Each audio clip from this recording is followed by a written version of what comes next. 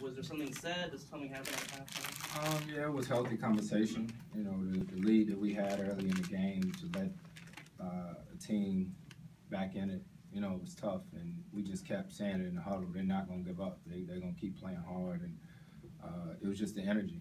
I mean, how much this team has grown? Because at the beginning of the year, when that would happen, you guys would get frustrated and you guys would perhaps lose or whatever. But the way that you guys came back, I mean, how much does that speak to how far you guys have come? It's big because earlier in the year we probably would have, you know, splintered and fallen apart. But you know, it's going to be games like that. It's a long season. It's going to be nights where the first unit doesn't play as well and the second unit's going to pick us up. So we just talked about and realized we got to be a team, you know, every night. And when that happens, you can't try to figure out whose fault it is. You got to figure out a solution.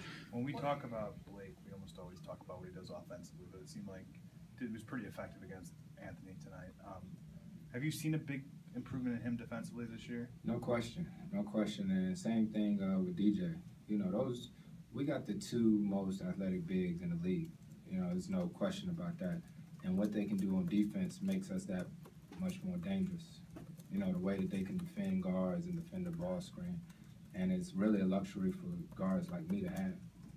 Chris, can you talk about the dynamics of you guys being able to come back in that third quarter, you know, taking a lead? Is there somewhat a passing gear that you guys feel you have offensively where you can turn it on? You know, we're just sharing the ball right now. It's a fun way to play. It's a very fun way to play. And we talk about it all the time. When we let our defense create our offense, we're that much dangerous. You know, luckily we got this guy in there to cover up all our mistakes because them guards drive by us night in and night out. But when they get past us, they know they got to see big fellas. What about the 17 3-pointers tonight you guys were able to? I didn't know that, but that was pretty impressive. You know, how many did DJ hit? DJ. In my mind, I hit a couple. Nah, but it may show up on the stat sheet as rebounds and stuff like that. But all those tip outs that he gets, you know, he got an offensive rebound and hit me for a 3 tonight. Those are game changers. And to have that on our team, you know, sometimes it doesn't show up on the stat sheet, but he keeps everything alive.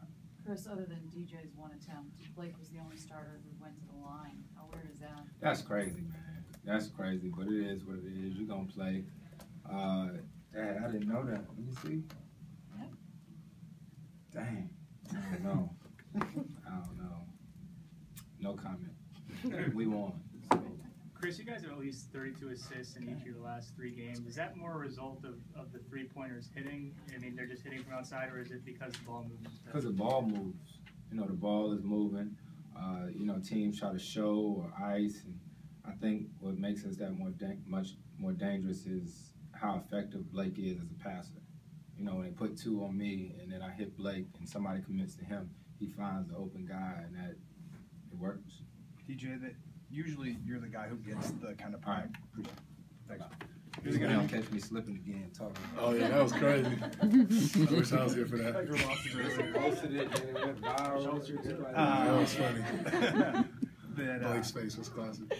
Blake usually gets, or you usually get the tougher of the 2 assignments, but because of their front line and the size they had, Blake was the guy who had to spend a lot of time on Anthony. What have you seen from him defensively this year? It seems like he was pretty aggressive on that end tonight and pretty effective. I mean, besides the whole big matchup between them two, I just feel like this year Blake is just accepted and embraced the challenge, and he wants to be a better defensive player. Our whole team, Jamal, everybody. But when you have guys like that who really want to step up and get stops and take those matchups personally, then it makes our team defense even better. Do you see that? I mean, you played with him for so long. Do you see a difference in him when he plays a guy like Anthony? Yeah, it's just a different mentality.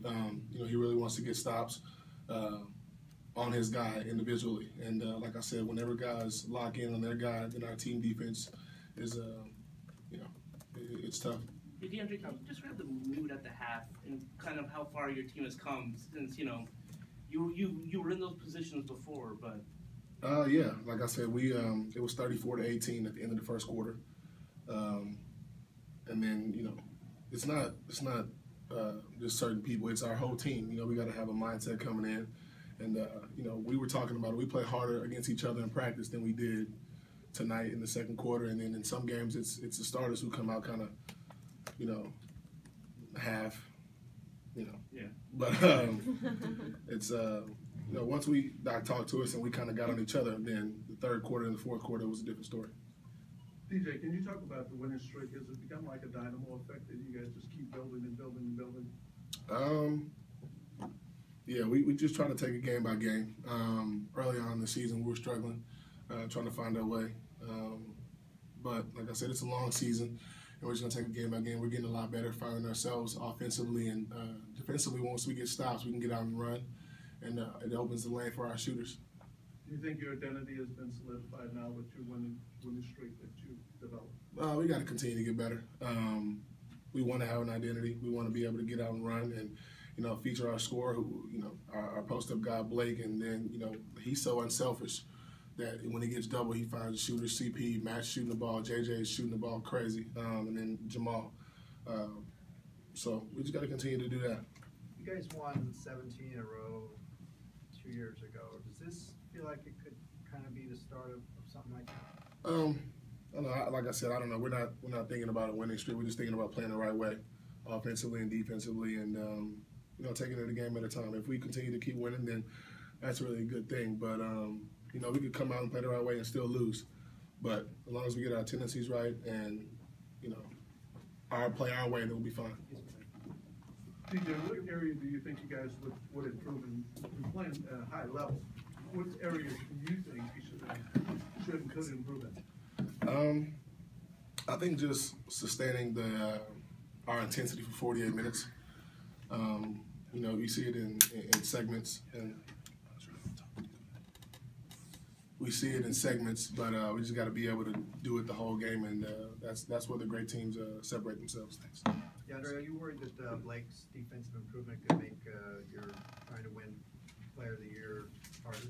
Absolutely. I wasn't thinking about Blake tonight. I was thinking about Epe when he blocked that shot off the glass tonight. That kind of took my shine away. No, but like I said, Blake's done a great job this year defensively. A lot of guys are stepping up and taking that challenge individually.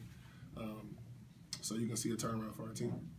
Blake, talk about the impressiveness of this win and the dynamics of the winning streak that you guys have developed. What are your thoughts on that? I think we just are very comfortable and we know exactly how we're going to play each night. We come out offensively, move the ball. Defensively, guys are there for each other, and it's just the way we're playing right now. It's a lot of fun. How much do you relish the challenge of the matchup like that? Like, what do you do? I love challenges like that. I mean, he's obviously one of the best players. I mean, not just power forward, one of the best players in the league. So to have a challenge like that and to go against a guy like that is fun. But ultimately, you can't get too caught up in a matchup like that. You have to stay focused on making sure you're doing your job for your team. And I thought we did that tonight. More in the past, in a matchup like that, Jamal talks about this all the time, but kind of like you try to outscore the other guy. Are you at a point now in your career where you want to shut him down defensively? Yeah. And that's more of a priority? Yeah, absolutely. I mean, you're right. I mean, when I was younger, I probably would have come out and just try to attack, constantly offensively. But before the game this morning, just watching film of him where he catches the ball, what he's doing on the block, things like that, and that was my main focus coming into this game. So definitely that mindset was shifted. The team's 9-0. The team's 94 assists, only 7 turnovers. I think that's got to say something. The ball is moving, but it seems to be going to the right direction. Yeah, I think guys are just making the right play. I said to CP on the bench, like sometimes we pass it one extra time or one too many times, and that's a pretty good problem to have when you have to tell a guy take that shot. So that's the reason for the high assist and low turnovers. Everybody's just making the right play and getting it to the next open guy. Like, other than DJ's one attempt, you were the only starter who got fouled. How weird is that? Really? Wow, I didn't even realize that. You think that's pretty unusual? Yeah, I mean, I don't know if I've ever been in a game where only 2 guys got fouled. But can't really comment on that. What does that make you want to say? How were you able to hold Anthony to only 3 rebounds? That was season low. Just keep a body on him, and it was a team thing. We all crashed the boards, but you got to keep a body on him because he goes to the offensive glass, and